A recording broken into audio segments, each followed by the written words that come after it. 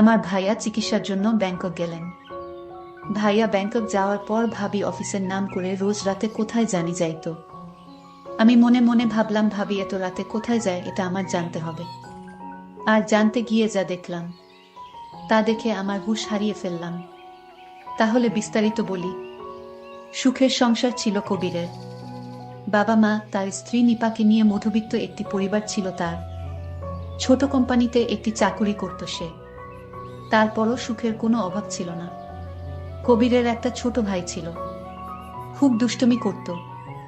কবিরের ছোট ভাই এইবার মাত্র 9-এ পড়ে। 9-এ পড়লে কি হবে, মুখে বড় বড় কথা বলে ফেলে, মুখে কিছু আটকায় না। কবিরের ছোট ভাইয়ের নাম ছিল মিন্টু বলে সবাই ডাকত। একদিন মিন্টু আমায় বলল, ভাবি আপনার কি লাগবে, আমি বাজার থেকে সব নিয়ে আসব। তুমি মাত্র 9-এ পড়ো, তোমার 1 টাকাও ইনকাম নেই, তাহলে তুমি আমার জন্য বাজার থেকে কি আনবে? আমি যা বলি তুমি তা এনে দিতে পারবে? তোমার কাছে কি টাকা আছে? ভাবি আছে। শোনো, আমি বাজার থেকে কিছুই চাই না, তোমার কিছু লাগলে আমারে কইও। কিন্তু সব হারিয়ে গেল এক কালো ঝড়ে। হঠাৎ অফিস থেকে আসার সময় একদিন অ্যাক্সিডেন্টে চোখের দৃষ্টিশক্তি হারিয়ে বসে সে কবির, মানে আমার স্বামী। চেতনা ফিরে পেলে নিজেকে হাসপাতালে আবিষ্কার করে কবির। কিন্তু চারিদিকে তাকিয়ে সবকিছু অন্ধকার দেখতে পেলে তার পরিবার তাকে জানায় অ্যাক্সিডেন্টে মাথায় প্রচণ্ড আঘাত লাগায় সে তার দৃষ্টিশক্তি হারিয়েছে। সেদিন কবিরের পাশে বসে নিপা অনেক কেঁদেছিল, তবুও কবিরকে এক মুহূর্ত ছেড়ে যায়নি। বাবা মার পছন্দে নিপাকে বিয়ে করেছিল কবির। বিয়ের পর হাসি কান্না আনন্দ অভিমানে ভালোই চলছিল কবিরের সাথে তার জীবন। কবির বারবার বুঝেছে বাবা মা তার জন্য সবচেয়ে ভালো কাউকেই বেছে এনেছে। সেদিনও অ্যাক্সিডেন্টের পর সেটাই প্রমাণ হলো। কবিরের সেবা যত্নে মাথার চোট ধীরে ধীরে সারল, কিন্তু মানসিক যন্ত্রণা কবিরকে ঘিরে ধরল। সংসারের একমাত্র উপার্জনক্ষম ব্যক্তি কবির। এখন কিভাবে তাদের মধ্যবিত্ত পরিবার চলবে? কবির কতদিন যে নিপাকে বলেছে, নিপা আমি বলি কি তুমি তোমার বাবার বাড়ি চলে যাও, ভালো থাকবে। এই কথা দ্বিতীয়বার আর বলো না। আজ আমার যদি কিছু হতো, তুমি কি আমাকে ছেড়ে চলে যেতে? কি বলছো এসব? যেতে না তো? তাহলে আমি কিভাবে যাই? তোমাকে এই অবস্থায় রেখে আমি একা ভালো থাকবো? নিপা, তুমি তো জানো কি অবস্থা পরিবারের, টাকা পয়সা প্রায় শেষের পথে। জানি, আমি বলি কি, না হয় আমি একটা জব নিই। তখন হুট করে বলে ফেলো কবিরের ছোট ভাই, মানে আমার দেবর, ভাবি তুমি কেন চাকরি করবে? তোমার চাকরি করা লাগবে না, দরকার হয় আমি কাজ করব, রিক্সা চালাবো। আমি তোমাকে কিছুতেই চাকরি করতে দিব না ভাবি। আমি তার কথা শুনে অবাক হচ্ছি। একটা ছোট ছেলে, ভাবির প্রতি এত মায়া। আমি আসলেই এই পরিবারে আসতে পেরে আমার জীবন ধন্য। কারণ কবির যেমন আদর্শবান ছেলে, ঠিক তেমনি আমার দেবর। ভাবি বলল, আরে তোমরা আমাকে নিয়ে এত চিন্তা করছো কেন? আমি চাকরি করতে পারবো, এটা তো আমার পরিবার। কবির বলল, কিন্তু? কোনো কিন্তু না। আমি কি আমার পরিবারের জন্য এটুকু করতে পারি না? তারপর তুমি সুস্থ হলে আমি না হয় আবার জব ছেড়ে দিলাম। হ্যাঁ, আমি আবার সুস্থ। দেখো, তুমি আবার দেখতে পাবে। আমরা তো কালকেই ডাক্তারের কাছে যাচ্ছি। দেখি না কি বলে ডাক্তার।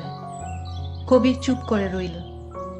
নিপা আর কবির দুজনের মুখই বিমর্ষ হয়ে রইল। শেষে নিপা ডিসিশন নিল, এখন তো চিকিৎসার টাকাও নেই তাদের কাছে। তাই নিপা চাকুরি করে টাকা জমিয়ে তারপর না হয় কয়দিন পর কবিরের চিকিৎসা করাবে। কবির সেদিন বুঝেছিল স্বামী স্ত্রী দুজন দুজনের জন্য কতটা আপন। কয়দিন পর নিপা একটা ব্র্যাকেটে চাকুরি নিল। প্রথম প্রথম বেশ ভালোই কাটছিল তাদের। অল্প বেতনের মাঝেও অনেক টাকা করে সেভ করছিল তারা কবিরের চিকিৎসার জন্য। নিপা অফিস শেষে এসেই কবিরকে নিয়ে ব্যস্ত থাকত, তার খুব যত্ন করত। কবির মাঝে মাঝে বলতো, আমি যদি অন্ধ হয়েও থাকি তাও আমার কোনো অভিযোগ নেই, কারণ এরকম যত্ন পাব তোমার কাছে সারাটা জীবন। এই ভালোবাসা দিয়েই আমি একটা জীবন কাটাতে পারবো। বিনিময়ে কবিরের মন মাতানো হাসির আওয়াজ শুনত সে। কবিরের মা কাঁথা সেলাই করে বিক্রি করত কম দামে, এ টাকা দিয়েও কিছু সংসারের খরচ মিটত। কিন্তু হঠাৎ কয়দিন পর নিপা কেমন যেন পরিবর্তন হয়ে গেল। রাতে ফিরত, মাঝে মাঝে 11টা-12টাও বেজে যেত। কবির কিছু বললে বলতো ওভারটাইম করছে সে। টাকাও জমাতে পারছিল না, আর ওভারটাইম করেও। কবিরের বাবা মা বললে বলতো এত রাতে হেঁটে না এসে সিএনজিতে আসি, তাই একটু খরচ বেশি হয়। কিন্তু কিছুদিন পর থেকেই যখন ওভারটাইমের টাকা পাবো তখন আর সমস্যা হবে না। কিন্তু কবিরের আর সেই কিছুদিন আসলো না। কবিরের উপরও কেমন যেন কবিরের যত্ন আদি কমে যাচ্ছিল। অফিস থেকে দেরি করে ফিরেই সে কবিরকে ক্লান্ততা দেখিয়ে শুয়ে পড়ত। কত রাত যে কবির নিদ্রাহীন কাটিয়েছে তার ঠিক নেই। কিন্তু মনকে সান্ত্বনা দিত নিপা তো এসব তার জন্য, তার পরিবারের জন্যই করছে। কবিরের বাবা মা বৃদ্ধ হলেও বেশ বুঝেছিল কবিরের আশায় থাকলে ছেলের চিকিৎসা হবে না। একদিন তারা কবিরকে এসে বলল, বাবা আমরা কালকে তো ভিসা পাসপোর্ট করাতে যাব, সামনের মাসে তুই যাবি চিকিৎসার জন্য। কিন্তু বাবা এত টাকা তুমি কোথায় পেলে? তোর নানু মারা যাওয়ার আগে তোর মায়ের নামে কিছু জমি লিখে দিয়েছিল, সেটাই আজ বিক্রি করে এসেছি। কিন্তু মায়ের সম্পদ এভাবে বলার আগেই পাশ থেকে কবিরের মা বলল, আমার সম্পদ তো তুই, তোকে ছাড়া কিভাবে চলব আমরা? নিপা বাসায় এলে তাকে জানালেও সে কিছু বলল না তেমন, শুধু বলল বেশ ভালোই, তুমি জলদি যাও, তোমাকে ছাড়া কিভাবে যাব আমি? আরে হো আমি গেলে কেমন হবে? তাহলে চাকুরি করব কিভাবে আর পরিবারের খরচ মিটাব কিভাবে? হ্যাঁ ঠিকই বলেছ। বিদেশে আসলো কবির, এয়ারপোর্ট অবধি সে কবিরের সাথে নিয়েছিল সে। নিপা সাহস জুগিয়েছিল তাকে। বাবা মা সবার থেকে বিদায় নিয়ে সে বিদেশে এসেছিল চিকিৎসা করাতে। আজ 5 মাস পর সে সুস্থ হয়ে দেশে ফিরছে। ভিতরে কথা হয়েছে কবিরের সাথে বাবা মার সাথে ফোনে, কিন্তু কবির বলেনি সে সুস্থ হয়ে গেছে। ভেবেছে সামনাসামনি সারপ্রাইজ দেবে, কিন্তু কে জানতো আজ নিজেই এত বড় কিছুর সম্মুখীন হবে। কবির বিদেশ চলে গেল চিকিৎসা করতে। এইদিকে নিপার শ্বশুর শাশুড়ির সাথে আচরণ খারাপ করতে লাগলো। আগের মতো শ্বশুর শাশুড়ির কথা শোনে না, আগের মতো টাকা পয়সা দেয় না, কেমন জানি হয়ে গেছে নিপা। তার দেবর একদিন তার ভাবিকে জিজ্ঞাসা করেছিল, ভাবি তুমি এখন দেরি করে অফিস থেকে আসো কেন? আগে তো খুব তাড়াতাড়ি আসতে, আমার সাথে গল্প করতে, আমায় লেখাপড়া করার জন্য উপদেশ দিতে। এখন তুমি আমায় আগের মতো আমার সাথে গল্প করো না, লেখাপড়ার কথাও বলো না, ভাইয়ার খুঁজও তেমন রাখো না।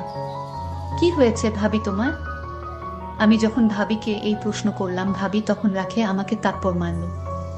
আমি সঙ্গে সঙ্গে কেঁদে দিলাম, আমার চোখ দিয়ে পানি পড়ছে। আমার কান্নাটা কিছুতেই থামাতে পারছিলাম না। হঠাৎ আমার কান্নার আওয়াজ শুনে মা দৌড়ে আসলেন। কি হয়েছে বাবা তোর, তুই কাঁদছিস কেন? মা ভাইয়ার কথা মনে পড়ছে তাই কান্না করছি। মা বলল, তোর ভাইয়া ভালো হয়ে যাবে, চিন্তা করিস না, আর কান্না করিস না। আমি আমার মাকে মিথ্যা বলেছি। আমি যদি বলতাম যে ভাবি আমাকে মারছে, তাহলে হয়তো মা এবং ভাবি দুইজনও কষ্ট পেত, তার চেয়ে বরং আমি একাই কষ্টটা পাই। তারপর আমি সিদ্ধান্ত নিলাম ভাবি আগে এরকম ছিল না, এখন কেন এরকম করছে এটা আমাকে খুঁজে বের করতে হবে। ভাবি সকালে নাস্তা না খেয়ে অফিসে চলে গেলেন। আমি ভাবিকে কিছু বলিনি, কিন্তু আমি ভাবির পরে আমিও গেলাম। দেখি ভাবি কোথায় যায়। আমি অনেক দূর থেকে দাঁড়িয়ে দেখলাম একটা রাইস হোটেলে ঢুকলো, আর এখানে ভাবি 2 প্লেট রুটির অর্ডার দিল। সাথে আরেকজন ছিল, সেটাকে আমি চিনতে পারিনি। শুধু দেখলাম ভাবি তাকে নিয়ে একসাথে রুটি খাচ্ছে আর গল্প করছে। আমি দেখে বাসায় ফিরলাম। আমার মনটা খুব খারাপ হয়ে গেল। আমার মা জিজ্ঞেস করলো, বাবা তোকে এরকম মনমরা দেখাচ্ছে কেন? মা কিছুই হয়নি, মাথাটা ব্যথা করছে তাই শুয়ে রইলাম। আমার মা আমাকে বলল, বাবা তোর ভাইয়াকে বাঁচাতে আরো 2 লাখ টাকা লাগবে। কেন মা আরো টাকা লাগবে? এত টাকা এখন কোথায় পাবো?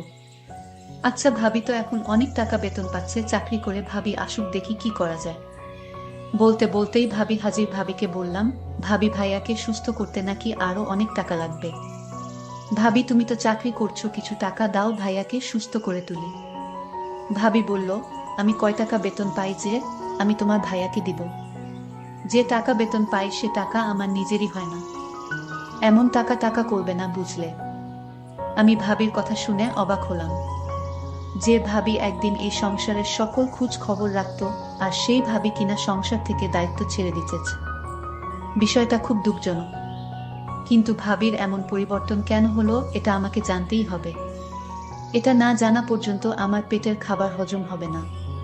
পরদিন ভাবি যখন অফিসে গেল তখন আমি লক্ষ্য করে গেলাম ভাবি অফিসে না গিয়ে দেখলাম একটা নির্জন জায়গায় গেল।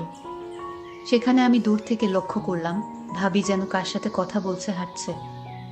আমার ভাবিকে কেন জানি সন্দেহ হলো। ভাবি এখানে কেন এলো? তাহলে ভাবি চাকরি করে না, চাকরির নাম করে বাসা থেকে বের হয়। এসব ভাবতে ভাবতে বাড়িতে চলে গেলাম। বাড়ি যেতেই মা বলল, বাবা তোর ভাইয়াকে কে জানি টাকা দিয়ে দিচ্ছে, তোর ভাইয়ার সমস্ত চিকিৎসা কে জানি করাবে, তোর ভাইয়ার বন্ধু হতে পারে। আমি মাকে বললাম, মা সত্যি বলছো? সত্যি, তুই আসার আগেই ফোন করে জানিয়েছিল। আমি শুনে খুশি হলাম, কিন্তু আমার মা আমাকে জিজ্ঞেস করলেন, বাবা তুই মনমরা কেন? না মা, আমার কিছু হয়নি, এমনি কিছুই ভালো লাগছে না। হাত মুখ ধুয়ে আয়, আমি খাবার দিচ্ছি। খাবার খেতে মন চাচ্ছে না, তবু মায়ের মন রক্ষার্থে খাইলাম।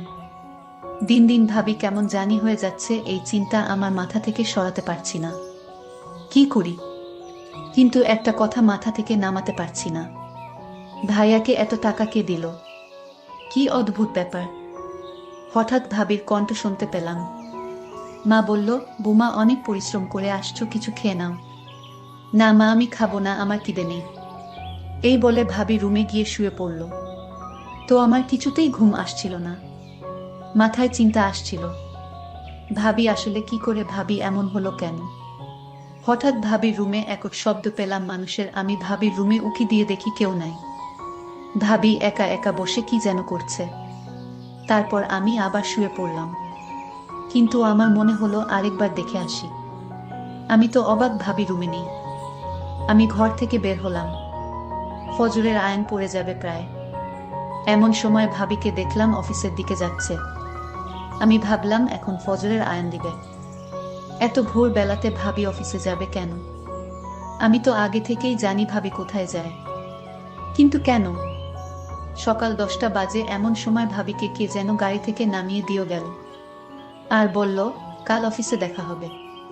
হঠাৎ আমার ভাইয়া হাজির। আমি তো অবাক, ভাইয়া তুমি না জানিয়ে এসে পড়লে? হ্যাঁ আমি এসে পড়লাম সবাইকে তোর ভাবিকে সারপ্রাইজ দিব বলে। কিন্তু ভাই লক্ষ্য করলো গাড়ি থেকে ভাবি নামছে। এই দৃশ্য দেখে ভাইয়া কেঁদে ফেলল। এসব দেখে কবির ভাবছে, কেন সে ঠিক হলো? অসুস্থতার সময় সে মারা গেল না কেন? ভাবতে ভাবতেই নিপা সামনে এসে দাঁড়িয়েছে।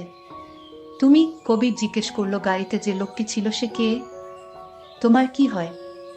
নিপা বলল, শোনো, তুমি যাকে গাড়িতে দেখলে সে হলো আমাদের অফিসের হেড। তো ওনার সাথে তুমি কি করছিলে? উনি আমাকে বাসায় পৌঁছে দিয়ে গেল। কেন তুমি অন্য গাড়ি দিয়ে আসতে পারোনি? না, আমি অন্য গাড়ি দিয়ে আসতে পারি না। কেন আসতে পারো না?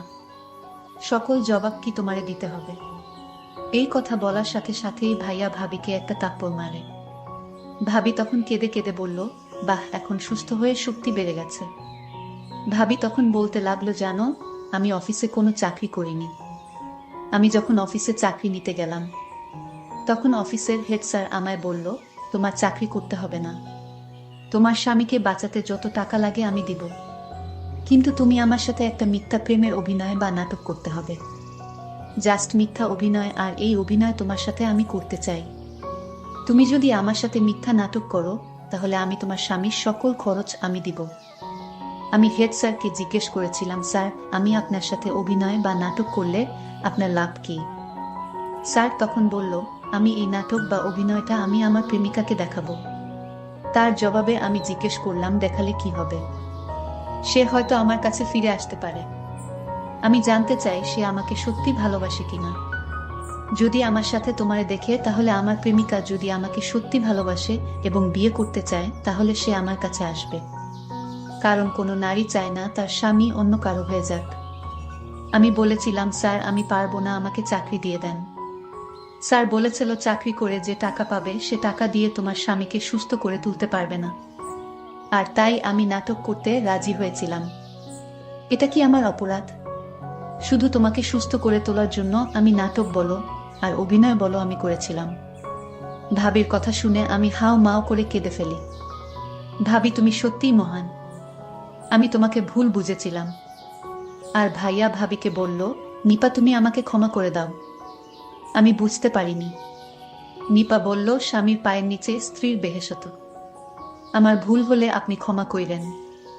প্রিয় বন্ধুরা, প্রতিটি ঘরে এরকম আদর্শবান স্ত্রী থাকলে আমাদের সমাজটা অনেক সুন্দর হয়ে যেত। আজকের গল্পটি কেমন লাগলো তা অবশ্যই কমেন্ট করে জানাবেন। ধন্যবাদ সবাইকে।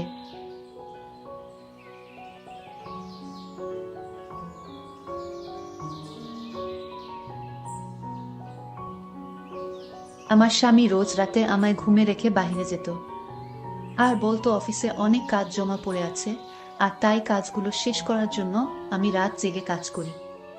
কিন্তু আমি তাকে সন্দেহ করতাম। একদিন একটা 12 বছরের মেয়েকে বাড়িতে নিয়ে আসলেন। আমি জিজ্ঞেস করলাম, এত অল্প বয়সী মেয়েটিকে কেন বাড়িতে নিয়ে আসলে? সে উত্তরে বলল, অফিসে অনেক কাজ জমা পড়ে আছে আর সেই কাজ রাতে দুজনে শেষ করতে হবে। সকালে ফাইল জমা দিতে হবে। আমি তার কথা শুনে অবাক হয়ে গেলাম। মেয়েটা ঘোমটা পরা ছিল। আমি ঠিক চিনতে পারিনি। একদিন আমি তারা রুমে কি করে তা জানার জন্য আমি বেকুল হয়ে গেছি। আর তাই আমি তাদের রহস্য জানার জন্য আমি তাদের রুমে সিসি ক্যামেরা লাগিয়ে দিই। তারপর সিসি ক্যামেরায় যা দেখলাম তা দেখে আমি অজ্ঞান হয়ে গেলাম। সেই ঘটনাটি আজ তোমাদের বলবো। স্বর্ণা আর শিমুল ভালোবেসে মা বাবার বিরুদ্ধে গিয়ে তারা বিয়ের বন্ধনে আবদ্ধ হয়। শিমুল বেশ ধনী পরিবারের সন্তান। অর্থ সম্পদের কমতি নেই। স্বর্ণা এক মধ্যবিত্ত ঘরের মেয়ে। 3 বছরের বিবাহ জীবনে তাদের 6 মাসের এক মেয়েও রয়েছে। মেয়ের নাম সীমা, তা শিমুল নিজেই রেখেছে। শিমুল প্রথম সন্তান না নিতে চাইলেও স্বর্ণার জোরেই সে মানতে রাজি হয়। আর এখন তো শিমুলের মা হয়ে উঠেছে ওই সীমা। প্রতিটা দিন তো বেশ ভালোই গেছে। তবে সামনে আসা দিনের কথা না কেউ জানে না জানতে চায়। 4 বছরের সংসারে শিমুল কোনো অভাব হতে দেয়নি। স্বর্ণা কিছু মুখ ফুটে বলার আগে তার প্রয়োজনীয় সব তার পথ তুলে রেখেছে। শিমুলকে ভালোবেসে স্বর্ণা তার মা বাবা ভাই সব হারিয়েছে। এতে তার কোনো দুঃখ নেই। তবে দুঃখ তো এটাই, যার জন্য সব ছাড়লো এখন সেই তাকে ছেড়ে অন্যের খাঁচায় বাসা বেঁধেছে। খাবার টেবিলে স্বর্ণা আর শিমুল বসে খাওয়ার নাটক করছে। কারণ স্বর্ণার মন আজ সকালে শিমুলের অফিসে তার কেবিনে যা দেখলো তা নিয়ে। আর শিমুলের মন ফোনে কারো সাথে মিষ্টি চ্যাটিং করায়।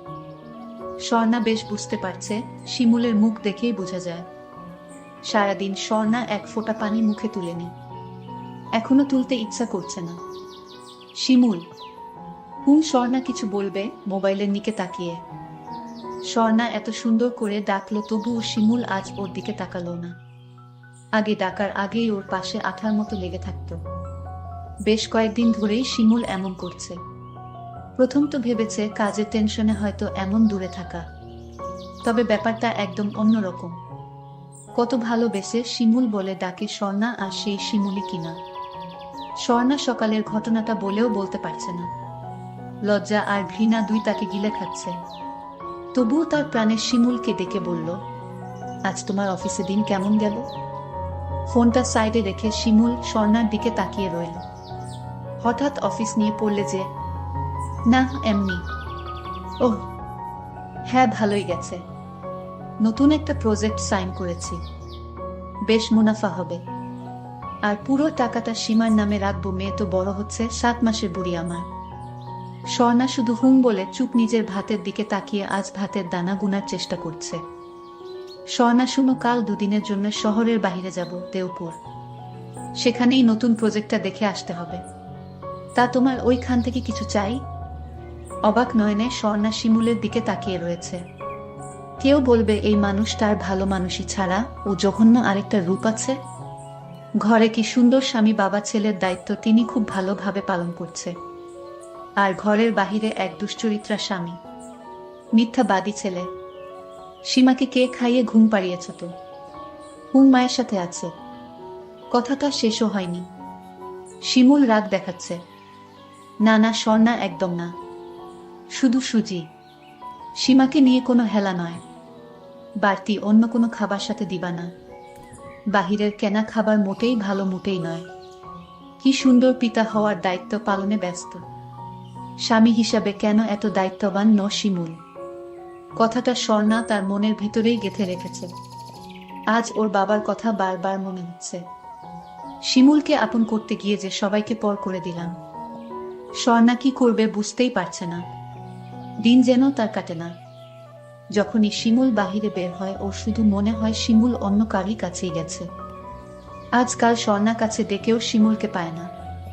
তার যে কত কাজ, না পারছে কাউকে কথাটা বলতে, না পারছে শিমুলের এই অপব্যবহার সহ্য করতে। স্বর্ণা ভেবেছে শিমুলের এই বদ অভ্যাস ঠিক হবে, তবে তা যে ধীরে ধীরে ভয়ানক রূপ নিবে তা কে জানত। কিন্তু আমার স্বামী কার সাথে কোনো মেয়ের সাথে গল্প করে তার আমি রহস্যটা কিছুই জানি না। তবে যে কোনো মেয়ের সাথে সে প্রেম করে বেড়াচ্ছে। বাপের বাড়িতে যাওয়ার মুখ নেই, আর সীমাকে নিয়ে কোথায় যাবে? যাওয়ার কোনো জায়গা তো নেই। কি করবে এই ছোট্ট শিশুটিকে নিয়ে? কোনো পথে যাবে। সীমার এখন 1 বছর। জন্মদিনটা বেশ ধুমধাম করেই হবে। বেশ লোকজন সাজসজ্জায় বাড়ি হয়ে রয়ে। সীমাকে আজ পরীর মতো লাগছে। এই 5টা মাস স্বর্ণা যে কি মরণ যন্ত্রণা ভোগ করেছে তা কেউ জানে না। শিমুলের অবহেলা দিন দিন বেড়েই চলছে। মধ্যরাত অবধি তার কথোপকথন সব স্বর্ণার কানে আসত। ঘুমের ভান ধরে বিছানায় শুলেই শিমুলের মোবাইল ফোনের শব্দ হতো। টাকায় মুড়িয়ে রেখেছে স্বর্ণাকে শিমুল। তবে এই টাকায় তো স্বর্ণার মনে সুখ আসবে না। মাঝে মাঝে ইচ্ছা করে ছেড়ে চলে যায়। তবে শিমুলের জন্য যে ভালোবাসাটা, ওটাকে এখনো খুন করতে পারছে না। নিষ্ঠুর দুনিয়ায় বের হলে তো কখন কোনো হায়নাদের শিকারী হয় তা ঠিক নেই। এর চেয়ে এখানে শেফ তো আছি। এত মানুষের ভিড়ে শিমুলকে কোথাও দেখতে পাচ্ছে না স্বর্ণা। কোথায় ও? কিছুটা দূরে স্বর্ণার চোখ পড়তেই মলিন শুকিয়ে থাকা মুখটা আরো শুকিয়ে এসেছে। এটা তো সেই মেয়েটা যার সাথে শিমুলের সম্পর্ক চলছে। আজ শিমুল ওকে বাড়ি পর্যন্ত নিয়ে এলো, কিন্তু মেয়েটির চেহারা দেখতে পাইনি, আমি তাকে ঠিক চিনতেও পারিনি। এতদিন তো যাই করেছে সকলের আড়ালে, আজ কি তা আর রাখবে না? শিমুল, তোমার কি একটুও আমায় হারানোর ভয় নেই? ভয় করে না আমি সব জানলে তোমায় ছেড়ে চলে যাব কিনা? কেন শিমুল, কেন বারবার তুমি আমায় আঘাত দাও কেন? বাহিরে মন ভরেনি তাই ঘরে এনে তুললে? আল্লাহ, হয় আমায় কোনো পথ দেখাও, নয়তো শক্তি দাও, এত শক্তি দাও যে শিমুলের সব কীর্তি আমি সহ্য করতে পারি। ভাবনায় ডুবে ছিল স্বর্ণা। শিমুল মেয়েটাকে নিয়ে স্বর্ণার সামনে হাজির। স্বর্ণা। শিমুল হাসি মাখা চেহারা নিয়ে স্বর্ণাকে ডাকছে। স্বর্ণা এই মুহূর্তে কারো ডাক কানে শুনছে না। স্বর্ণা, এই স্বর্ণা। 2-3টে ডাক পড়তেই স্বর্ণার মন ভাবনার জগৎ থেকে ফিরেছে। কি ভাবছ? কখন থেকে ডাকছি? স্বর্ণার এবার হুঁশ হলো, এতক্ষণ অন্যমনস্ক ছিল। শিমুলের ডাকে সাড়া দিতে না দিতেই সত্যি সত্যি সেই মেয়েটা হাজির। একেবারে শিমুলের পাশে এসে দাঁড়িয়েছে। তবে শিমুল একটু ভদ্রতার সাথে ওর কাছ থেকে সরে এলো, যেন অচেনা কেউ হবে। Hello ma'am. স্বর্ণা অপলক ওই মেয়েটার দিকে তাকিয়ে ভাবছে, কি মায়াবতী মেয়েরে তুই! তোর কত রূপ, তোর মধ্যে এমন কি আছে যার জন্য আমার স্বামী আমার রইল না? এক মনে ভাবছে আর দেখছে। পরিচয় করিয়ে দিই, ও শান্তা, আমার PS। মাস 6 হলো কাজে জয়েন হয়েছে। স্বর্ণা কিছুটা মনকে শক্ত করেছে। পরিচয় করাচ্ছে PM, আর বাস্তবে তার প্রেমিকা। শিমুল কখনো তো কোনো স্টাফকে বাড়িতে আনতে দেখিনি, আজ হঠাৎ সামান্য কর্মচারীকে বাড়িতে এনে তুললে। স্বর্ণা কাটা বিধানও কথা বলেছে। এতে ওই শান্তা নামক আত্মা ডাইনি ভূতটা বেশ অপমান বোধ করছে। শিমুলের মুখের দিকে তাকিয়ে রয়েছে এক পলকে। ভেবেছে শিমুল কিছু বলবে। বেচারা শিমুল চুরের মতো এদিক ওদিক তাকিয়ে মরছে। শিমুল, এই শিমুল। হ্যাঁ শুনছি, বলো। কি বলবো? বললো না তো, একটা অফিসের সামান্য কর্মচারীকে বাড়িতে এনে এভাবে বউ এর সাথে ঘটা করে পরিচয় দেওয়ার কি আছে? আসলে হলো কি, ওই আমার একটা ফাইল অফিসে রয়ে গেছিল, আর ওটা বেশ জরুরি ছিল, তাই ও ওটা নিয়ে এসেছে। আর কি?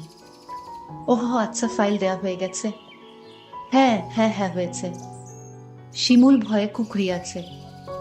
এর মানে স্বর্ণাকে হারানোর ভয় মনে বহু। ভয়টা ভিতরে থাক, সামনে এনে লাভ হবে না। বেশি টাইট করতে গিয়ে রশিটাই না ছিঁড়ে যায়। মিস, এসেছ যখন খেয়ে দিয়ে যেও কেমন? দু কথা শুনিয়ে স্বর্ণা চোখের কোণে জমা লোকানো পানিটা নিয়ে শিমুলের আর শান্তার কাছ থেকে সরে এসেছে। পার্টি শেষ। আজ শান্তা কি যাবে না নাকি? শিমুল। হ্যাঁ স্বর্ণা। সবাই তো চলে গেছে, তোমার PS রয়ে গেল যে। আসলে শিমুলই তো শান্তাকে আটকিয়েছে। তবে এখন ঝামেলা স্বর্ণাটা। কত প্রশ্ন করে। আগে তো এত প্রশ্ন করতো না। আসলে ওর বাড়ি অনেকটা দূরে, আর রাত ও বহু হয়েছে, তাই আমিই বলেছি রাতটা এখানে থাকতে। অবশ্য তুমি যদি চাও আর কি। হা হা করে স্বর্ণা হেসে উঠেছে। হাসালে শিমুল বল হাসালে। থাকতে বলেছই যখন, এখন আর আমার মতামত কিসের? শিমুল কিছুটা বিভ্রস্ত। ফেসে গেল নাকি? বাদ দাও, তোমার যা ভালো লাগে তাই করো। একটা ভারী পাথর মনে রেখে কথাটা বলে স্বর্ণা তার রুমে চলে গেছে।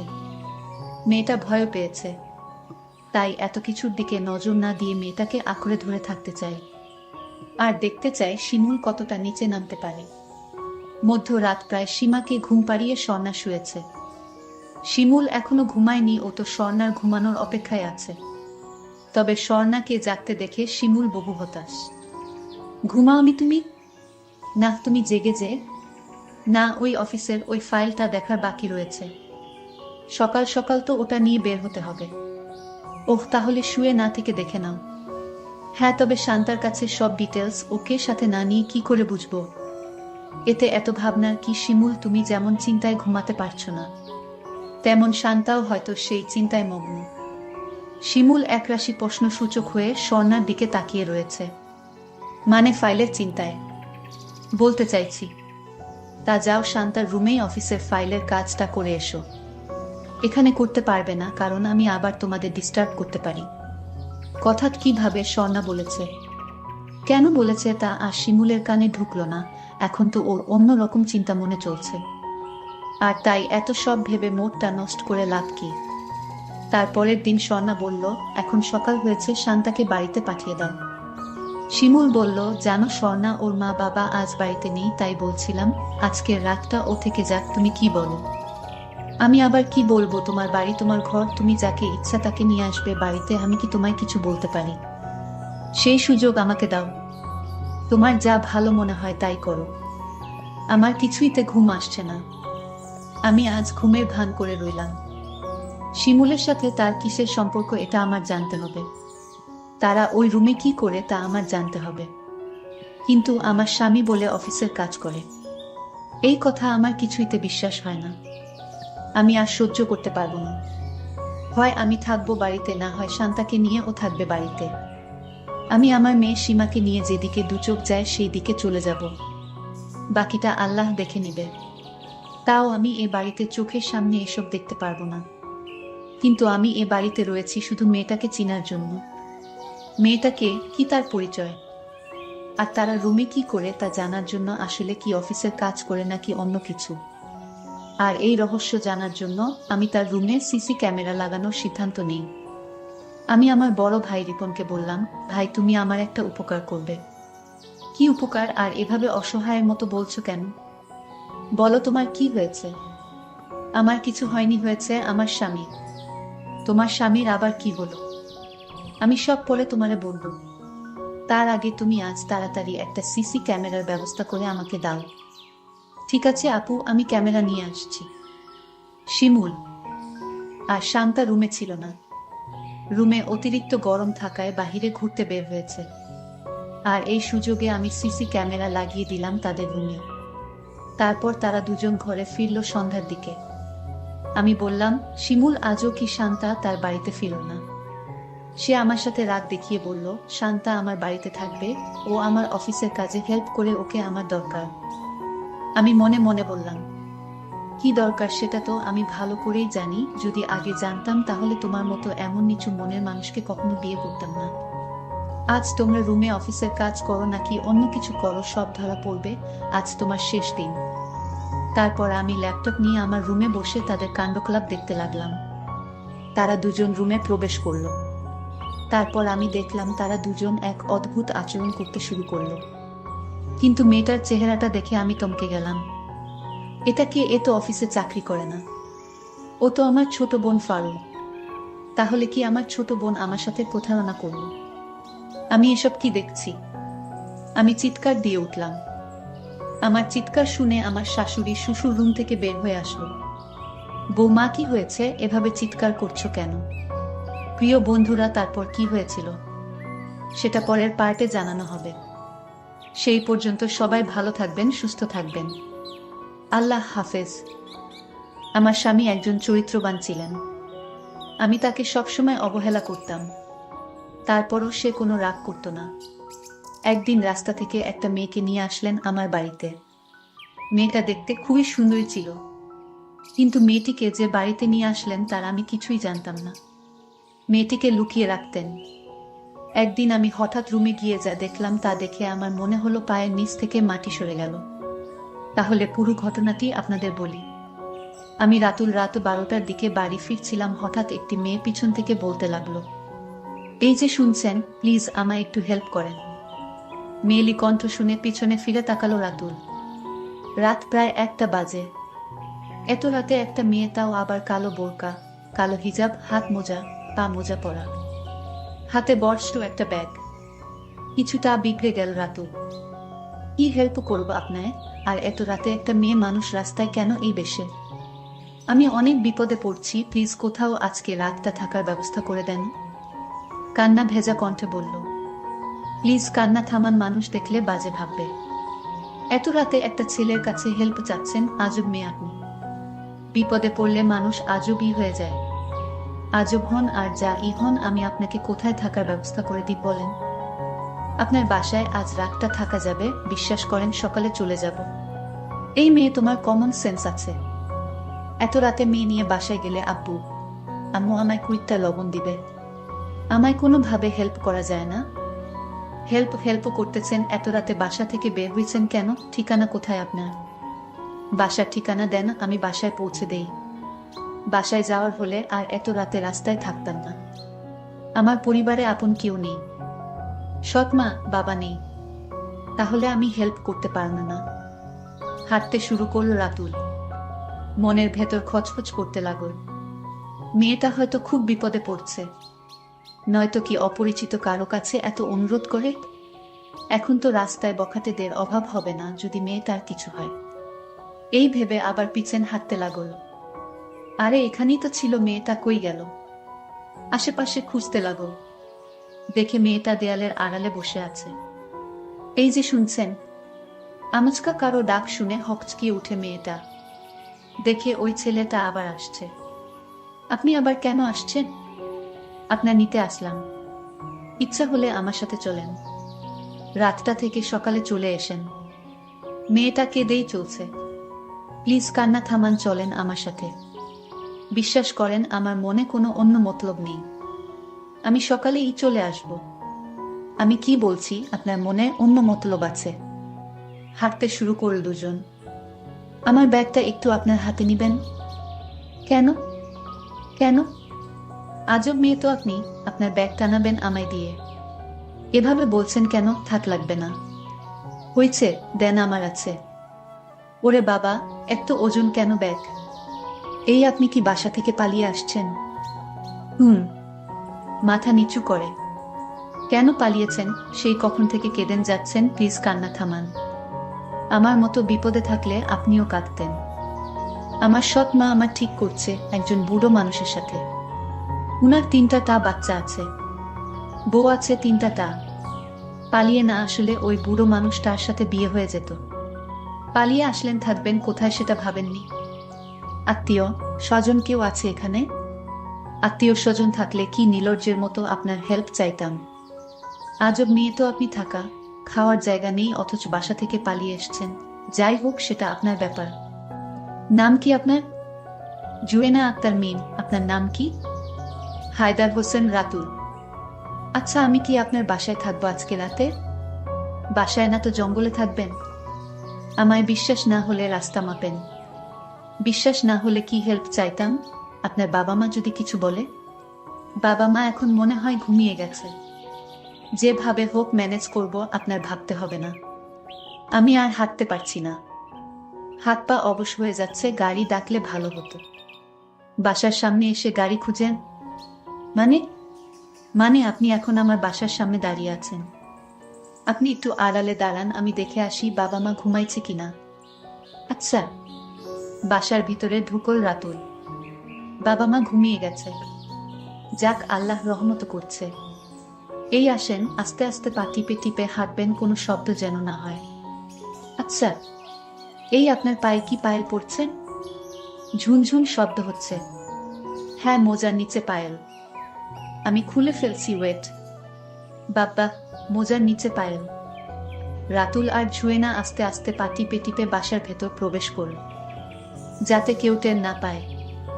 রাতুল রুমের ভেতর ঢুকে দরজায় ছিটকানি লাগিয়ে দিল। মনে হয় দ্বিতীয় বিশ্বযুদ্ধ জয় করছে।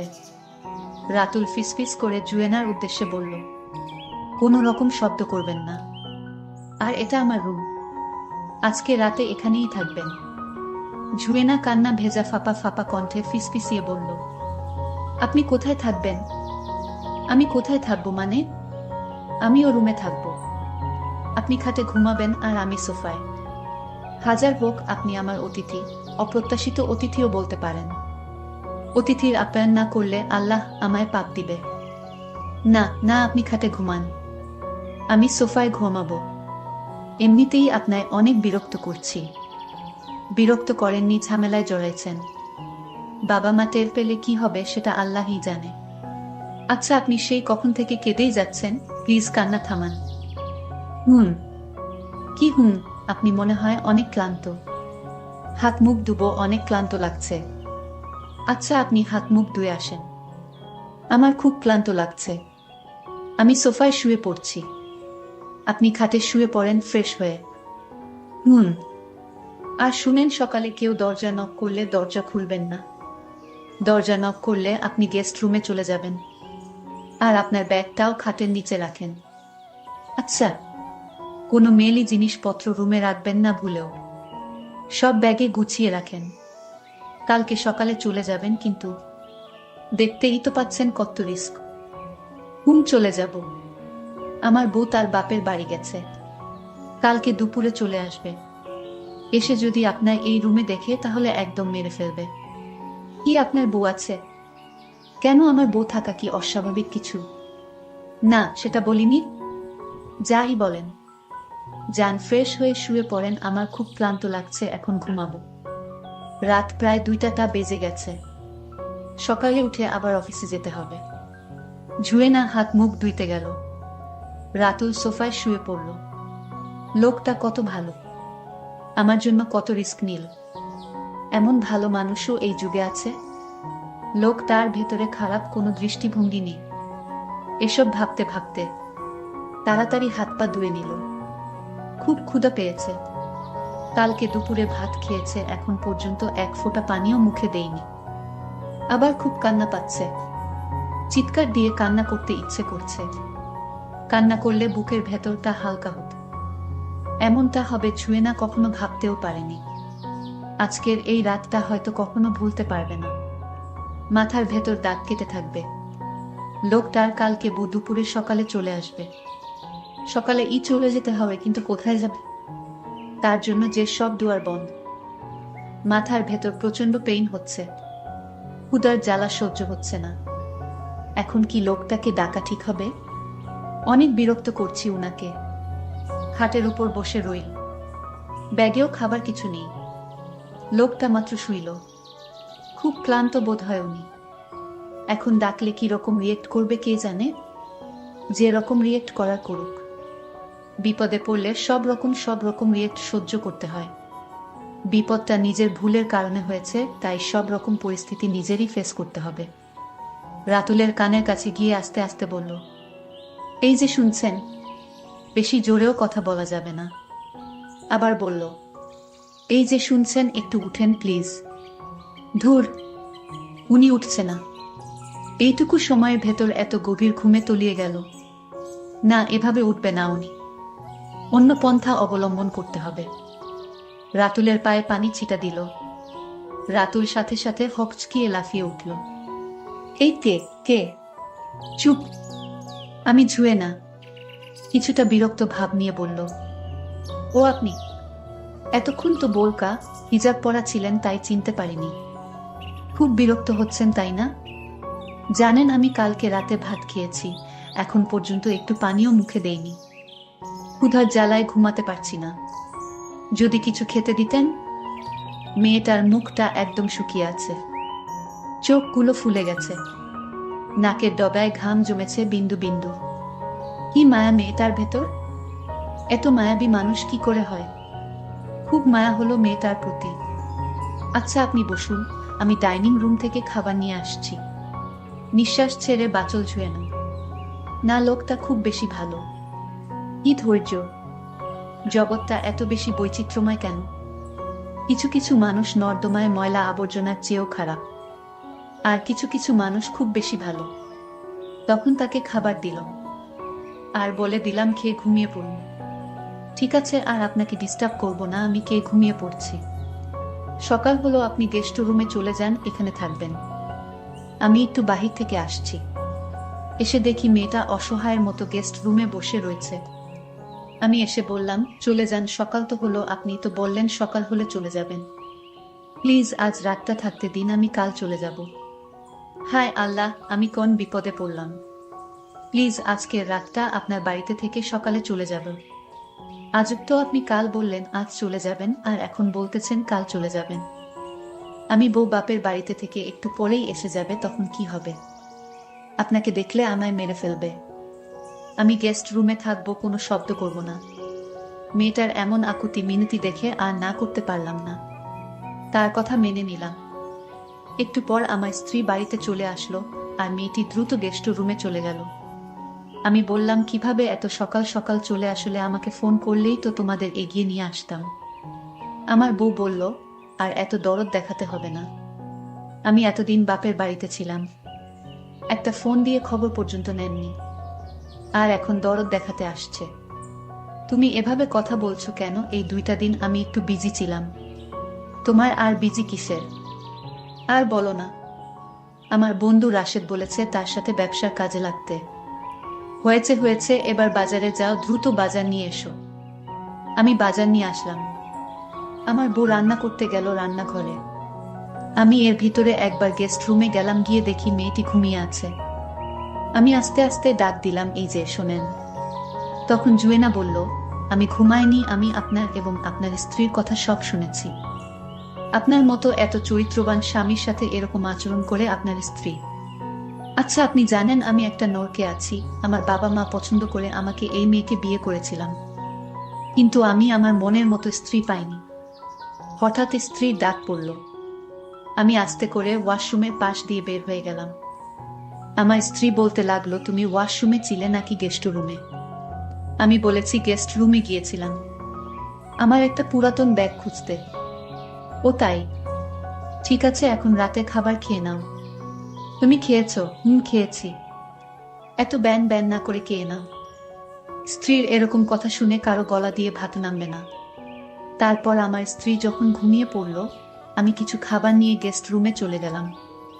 তারপর জুয়েনাকে বললাম, নাও চুপচাপ খেয়ে নাও। তুমি খাবে না? না, আমি খাবো না, তুমি খেয়ে নাও।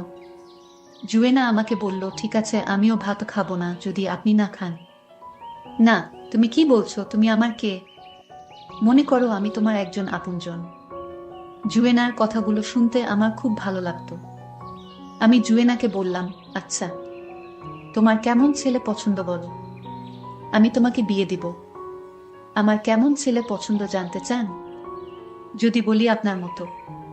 ও তাই জুয়েনা, আসলে আমি তোমার কথার মায়ায় পড়ে গেলাম। আমরা এসব গল্প করছিলাম, আমার স্ত্রী পাশ থেকে সব শুনে ফেলেছে। ততক্ষণে আমার স্ত্রী জুড়ে চিৎকার করে এলাকার মানুষ দিয়ে বাড়িতে ভিড় জমিয়ে ফেলেছে। জুয়েনা বলল, এখন কি হবে? কিছু হবে না। এলাকার মাতবর এসে আমাকে জিজ্ঞেস করলো, তোমার ঘরে এই মেয়েকে কতদিন পর্যন্ত লুকিয়ে রেখেছিলে? মাতবর সাহেবের জবাবে আমি বললাম, কারো সম্বন্ধে ভালো করে না জেনে বাজে মন্তব্য করবেন না। এই মেয়েটি বিপদে পড়ে রাস্তায় কাঁদছিল রাত 2টার দিকে। আমি তাকে আমার বাড়িতে আশ্রয় দিয়েছি। এটা কি আমার অপরাধ? এলাকার লোক বলল, ভালো কথা, আশ্রয় দিয়েছে, কিন্তু তাকে লুকিয়ে রাখলে কেন? তার জবাবে আমি বললাম, আমি তাকে লুকিয়ে রেখেছি আমার স্ত্রীর জন্য। কারণ আমার স্ত্রী যদি অনুমতি নিতাম তাহলে কোনোদিন মেয়েটাকে আশ্রয় দিত না, আর তাই তাকে লুকিয়ে রেখেছিলাম। এটা আমরা মেনে নিতে পারলাম না। মাতবর সাহেব না মেনে নিতে পারলে আমাকে কি করতে হবে বলেন? তোমাকে এর শাস্তি হিসেবে এই গ্রাম ছাড়া হতে হবে। এলাকার সব মানুষ বলাবলি করতেছে।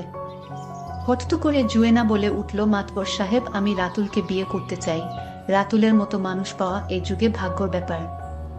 যদি রাতুল চায় আমি তাকে বিয়ে করতে চাই, তবু রাতুলকে গ্রাম ছাড়া হতে দিব না। কারণ রাতুল সৎ আদর্শবান ব্যক্তি, তার মতো ছেলের বউ হওয়া ভাগ্যর ব্যাপার। আমি তো অবাক হয়ে গেলাম জুয়েনার কথা শুনে।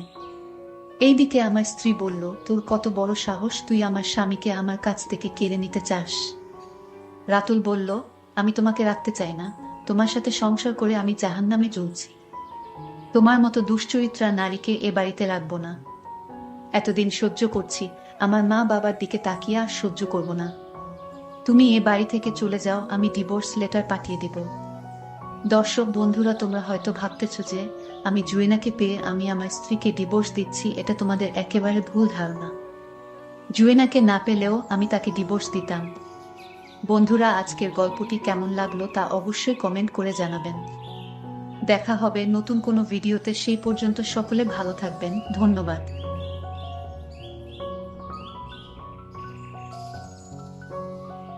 শাহিন তার নিজের স্ত্রীকে কিভাবে মেরে ফেলা যায় সেই উপায় খুঁজছিল, যাতে তার বউ জানতে না পারে শাহিন তাকে মারতে চায়।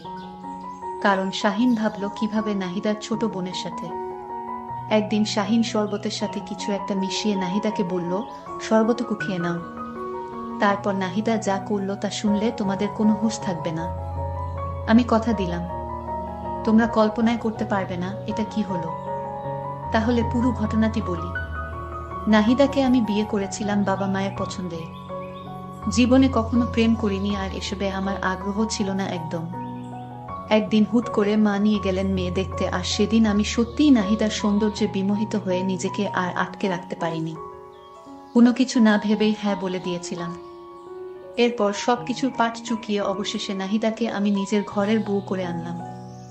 লোক মুখে অনেক শুনেছি যে সুন্দরী মেয়েরা একটু অহংকারী হয় আর স্বামীকে তেমন পাত্তা দেয় না, কিন্তু নাহিদা ছিল তার সম্পূর্ণ উল্টো। তবে একটি বিষয় আমার কাছে বেশ খারাপ লাগতো, আর তা হলো আমার স্ত্রী প্রয়োজন ছাড়া একটি কথাও বলতো না কখনো কারো সাথে, এমনকি আমার সাথেও না। অফিস শেষে বাড়ি ফিরলে ওকে সামনে বসিয়ে কেবল আমিই বক বক করতাম, আর সে আমার সামনেই অন্যমনস্ক হয়ে বসে থাকত। আমি প্রায়শই নাহিদাকে জিজ্ঞেস করতাম, আচ্ছা নাহিদা, সবসময় তো আমি কথা বলি, কিন্তু তুমি তো কিছুই বলো না, আর তুমি মাঝে মধ্যেই কোথায় হারিয়ে যাও বলো তো? আমার কথা শুনে ও খানিকটা মায়ামাখা হাসি দিয়ে বলে, দুইজনই যদি বক্তা হই তাহলে শ্রোতা হবে কে, তুমি বলো। নাহিদার যুক্তি শুনে আমি মুচকি হাসি দিয়ে ওর কথার প্রতি উত্তরে নিজেই আবার জিজ্ঞেস করি, আচ্ছা একটা সত্যি কথা বলো তো, তুমি কি আমার সাথে সত্যিই সুখে আছো? সুখে আছি মানে? তোমার মতো স্বামী পাওয়া ভাগ্যের ব্যাপার। একজন স্বামী যে তার স্ত্রীকে এতটা যত্ন করে, এর থেকে আর বেশি সুখ কি বা হতে পারে, তুমিই বলো। নাহিদার কথা শুনে স্বভাবতই আমার চোখ দুটো আনন্দের জোয়ারে খানিকটা ঝাপসা হয়ে আসত। আমার পরিবারের মানুষগুলো না কেমন যেন। নাহিদাকে তারা এতটাই ভালোবাসে যে আমি আপন ছেলে হওয়া সত্ত্বেও আমার প্রতি ভালোবাসাটা যেন নিতান্তই তুচ্ছ। লোকে বলে বেশি সুখ কখনোই ভালো না, কারণ এটা নাকি ঝড় আসার আগাম বার্তা। আমাদের পরিবারের ক্ষেত্রেও ঠিক এমনটাই হয়েছিল। একদিন আমার স্ত্রী আমাকে হুট করে বলে ওর মাথায় নাকি মাঝে মধ্যেই প্রচন্ড ব্যথা হয়। আমি অনেকটা কৌতূহল আর ভয়মাখা কণ্ঠে বলে উঠলাম, কবে থেকে ব্যথা হচ্ছে? নাহিদা কিছুটা ইতস্তত ভঙ্গিতে বলে, এই 2-3 মাস হবে। ওর কথা শুনে বেশ কিছুটা অবাক হয়ে পরক্ষণেই ওকে রাগান্বিত স্বরে বলি, মানে এতদিন তোমার মাথা ব্যথা আর আমাকে কিছুই জানাওনি? এক্ষুনি ডাক্তারের কাছে চলো। সেদিন আমি ডাক্তারের কাছে নাহিদাকে নিয়ে গিয়েছিলাম। আমাদের মধ্যে এরকম ভালোবাসায় ভরপুর ছিল আমাদের সংসার। আমরা দুজন খুব সুখেই দিন কাটছিল, কিন্তু আমাদের ভালোবাসায় দূরত্ব সৃষ্টি হতে লাগলো। নাহিদার সাথে শাহিনের বিয়েটা হয়েছিল বেশ ঝাঁকজমকপূর্ণভাবেই। বিয়ের আগে মেয়েটিকে কেবল একবারই দেখার সুযোগ হয়েছিল তার, আর সেই প্রথম দেখাতেই নাহিদাকে সে নিজের হৃদয়ঘরের সম্পূর্ণ অংশটিই ছেড়ে দিয়েছিল। নাহিদারও যে তাকে পছন্দ হয়নি তাও কিন্তু নয়, কেননা একাধারে শাহিন যেমনই সুদর্শন একজন পুরুষ, তেমনি একজন উচ্চপদস্থ সরকারি কর্মকর্তাও বটে। বিয়ের পর থেকে তাদের দুজনের সুখের কোনো কমতি ছিল না। এমনকি নাহিদার সব কথাই শাহিন রাখার চেষ্টা করত। তাই তো বিয়ের 6 মাসের মাথায় যখন নাহিদা ওর স্বামীর নিকট চাকরির আবদার করে বসে, তখন শাহিন নিজের স্ত্রীর কথা আর ফেলতে পারেনি। তবে এত কিছুর মাঝেও শাহিনের আলাদা মেয়েদের সাথে প্রেম করতে চাইতো।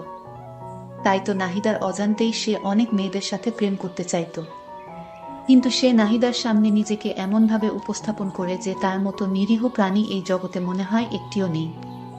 আর নাহিদা মেয়েটিও না, কেমন যেন খুব বোকা। সে এখনো পর্যন্ত বুঝতেই পারেনি যে শাহিন তার অনুপস্থিতিতে মেয়েদের সাথে গল্প করে। ইদানিং রুজিনা শাহিনকে বেশ চাপ দিচ্ছে যে সে যেন নাহিদার সাথে সম্পর্কচ্ছেদ করে তাকে তার বউ হিসেবে ঘরে তুলে আনে। কিন্তু এই কথাটি রুজিনা যতটাই সহজভাবে বলেছে, শাহিনের নিকট এই কাজটি করা তার চেয়েও বহু কঠিন কাজ। কেননা সম্পর্ক বিচ্ছেদের ক্ষেত্রে তো অন্তত পক্ষে একটি উসিলার প্রয়োজন। কিন্তু অবাক করা বিষয় হলো, নাহিদা মেয়েটি এতটাই নমনীয় মনের অধিকারী যে বিয়ের পর ওর সাথে শাহিনের কোনো বিষয় নিয়ে একবারও কথা কাটাকাটি হয়নি। শাহিন দরজাটা আস্তে করে ঠেলে দিয়েই নিজেদের বেডরুমে প্রবেশ করল। ওইদিকে কম্পিউটারের সামনে বসে নাহিদা একমনে কাজ করছে। নিজের সামনে গ্লাসে শরবত নিয়ে স্বামীকে দাঁড়িয়ে থাকতে দেখে নাহিদা অবাক হল না। কারণ গত কয়েকদিন যাবৎ এভাবে নিজ স্ত্রীকে শরবত খাওয়ানোটা যেন শাহিনের অভ্যাসে পরিণত হয়েছে। মুচকি হেসে নাহিদা শরবতের গ্লাসটি হাতে নিয়ে বলল, শাহিন চেয়েছিল শরবতে কিছু মিশিয়ে তাকে খাইয়ে মেরে ফেলা, আর তাই শরবতে মরণব্যাধি মিশিয়েছিল। এটা নাহিদা জানত না। ব্যাপার কি? ইদানিং দেখছি আমার প্রতি তোমার কেয়ার বেশ বেড়ে গেছে। কথাটি মজার ছলে বললেও শাহিন কিছুটা চমকে উঠল বোধ হয়। পরক্ষণেই মুখমণ্ডলটিকে স্বাভাবিক করে বলল, স্বামী হিসেবে স্ত্রীর একটু আধটু কেয়ার নেওয়া তো অস্বাভাবিক কিছু না, তাই না? তুমি আগে শরবতটুকু খেয়ে নাও। নাহিদা মুখে কিঞ্চিত হাসির রেখা টেনে বলল, এখন খাবো না, আগে রাতের খাবারটা সেরে নেই, তারপর খাবো। আজ তোমার প্রিয় ভুনা খিচুড়ি আর খাসির মাংস রান্না করেছি, টেবিলে চল, দুজন একসাথে খাবো। নাহিদার কথায় শাহিনের চোখে মুখে বিরক্তির আভা ফুটে উঠলেও সে ঠান্ডা শরবত খাওয়ার জন্য আর ওকে জোর করতে পারল না। তবুও সে মনে মনে বলছে, আজ যেভাবেই হোক তোকে আমি শরবতের সাথে খাওয়াবই। খাবার টেবিলে শাহিনের সামনে গরম গরম খিচুড়ি আর খাসির মাংস নিয়ে বসে আছে নাহিদা। সে শাহিনের প্লেটে খিচুড়ি আর মাংস ঢেলে দিচ্ছে, কিন্তু এদিকে তার যেন খাওয়ার কোনো নামই নেই। অজানা কৌতূহলে শাহিন জিজ্ঞেস করল, কি হলো, তুমি খেতে বসছো না যে? নাহিদা পুনরায় মুচকে হেসে বলে, আমি পরে খাবো, তুমি এখন খাও। সেটা আবার হয় নাকি?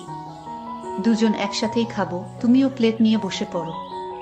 এবার নাহিদা চোখে মুখে বিরক্তির রেশ টেনে বলল, আরে তুমি খাও তো, আমার অনেক কাজ পড়ে আছে। আজ কাজের বুয়াটাও কাজ করতে আসেনি, সকল থালা বাসন নোংরা হয়ে আছে। তুমি এখন খাও, আমি বরং থালা বাসনগুলো ধুয়ে এবং সবকিছু গুছগাছ করে একবারই খেতে বসবো। নিজ স্ত্রীর কথায় শাহিন আর কথা না বাড়িয়ে মাংসের ঝোলও মিশিয়ে খিচুড়ি খেতে শুরু করলো। তবে খাবার এত মজাদার হলেও সে খিচুড়ির মধ্যে একটা অদ্ভুত গন্ধ পেত, মনে হচ্ছে খিচুড়িতে কিছু একটা মিশানো হয়েছে। এসব ব্যাপারে সে আর নাহিদাকে জেরা করল না, কারণ এমনিতেই মেয়েটি সারাদিন অফিস করে এসে এত কষ্ট করে তার প্রিয় খাবার রান্না করেছে। আর এর উপর যদি এসব নিয়ে সে দোষ ধরে, তাহলে নিশ্চয়ই নাহিদা কষ্ট পাবে। শাহিনের পেটের মধ্যে কেমন যেন জ্বালাতন করছে। সহ্য করতে না পেরে শাহিন চিৎকার দিয়ে নাহিদাকে ডেকে উঠল, কিন্তু নাহিদার রান্নাঘর থেকে কোনো সাড়া শব্দ আসছে না। কাতরাতে কাতরাতে এক পর্যায়ে শাহিন মরে গেল এবং কষ্ট সহ্য করতে না পেরে সে মেঝেতে লুটিয়ে পড়ে। কিছুক্ষণ পর নাহিদা এই মুহূর্তে বসে আছে শাহিনের নিথর দেহের ঠিক পাশেই, যেখানে তার অঝোর ধারায় স্বামী হারানোর আর্তনাদ করার কথা ছিল। সেখানে সে এই মুহূর্তে নির্লিপ্ত ভঙ্গিতে বসে আছে। সে জানে এখন শাহিনের মরা দেহটাকে কিভাবে রেখে জনসাধারণের মাঝে হার্ট অ্যাটাক বলে চালিয়ে দিতে হবে। টেবিল থেকে ফোনটা নিয়েই নাহিদা শরীফের কাছে কল দিল। এই ছেলেটির সাথে তার পরিচয় হয়েছে খুব বেশি দিন নয়, কেবল 2 মাস। শরীফ আর নাহিদা একই অফিসে কাজ করে, আর সেই সুবাদেই তাদের মাঝে এক গল্প শুরু হয়ে যায়। আর শাহিনকে মেরে ফেলার প্ল্যানটি স্বয়ং শরীফই তাকে দিয়েছিল। কেননা শাহিনকে যদি কোনোভাবে দুনিয়া থেকে সরানো যায়, তাহলে ওর সহায় সম্পত্তির অনেকাংশের অংশীদারই হবে নাহিদা। তাছাড়া সরকারিভাবে যে ভাতা পাওয়ার কথা সেটা তো বাদই দিলাম।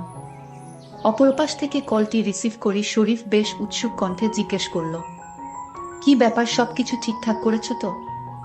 হ্যাঁ, এখন ওর লাশ বিছানায় পড়ে আছে। আচ্ছা, বাকিটা যেভাবে যেভাবে বলেছি সেভাবে করে রেখো, যাতে সন্দেহের কোনো অবকাশ না থাকে। আচ্ছা ঠিক আছে। কলটি কেটে দিতেই নাহিদার চোখ যায় টেবিলে রাখা সেই শরবতের গ্লাসটির দিকে।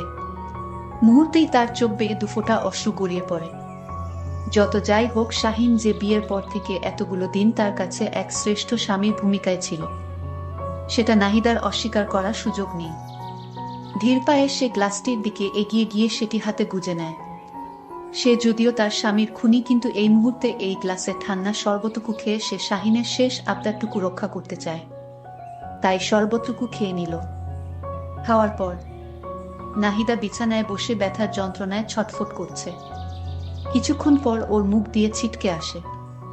দারুণ পেটের যন্ত্রণা যেন আরও একটু বাড়ল। একদিক থেকে রুজিনা শাহিনের নাম্বারে একের পর এক কল দিয়ে যাচ্ছে, অপরদিকে শরীফ নাহিদার নাম্বারে দিয়ে যাচ্ছে একের পর এক কল।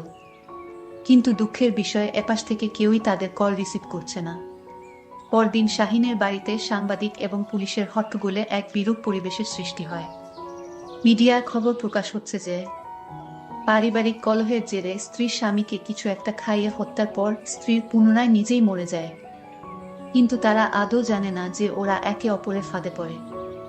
এই মুহূর্তে উভয়েই নরকের পথে ধাবিত হচ্ছে। এটাই তো কাম্য। নাহিদাকে বেশ কিছুক্ষণ যাবৎ ডাকাডাকি করেও কোনো সাড়া শব্দ পেলাম না। অনেকটা কৌতূহল নিয়ে নাহিদার বিছানার কাছে গিয়ে ওকে ডাক দিতে যাব। ঠিক তার পরক্ষণেই আমার বুকটা কেঁপে উঠল। আমি আকস্মিক ওর কাছ থেকে কিছুটা দূরে সরে গেলাম, আর ঠিক পর মুহূর্তেই নাহিদাকে জড়িয়ে ধরে চিৎকার করে কেঁদে উঠলাম। পাশের রুম থেকে আমার মা চিৎকার শুনে দৌড়ে এসে ঘটনার আকস্মিকতায় তিনিও হতভম্ব হয়ে স্থিরচিত্তে দাঁড়িয়ে রইলেন।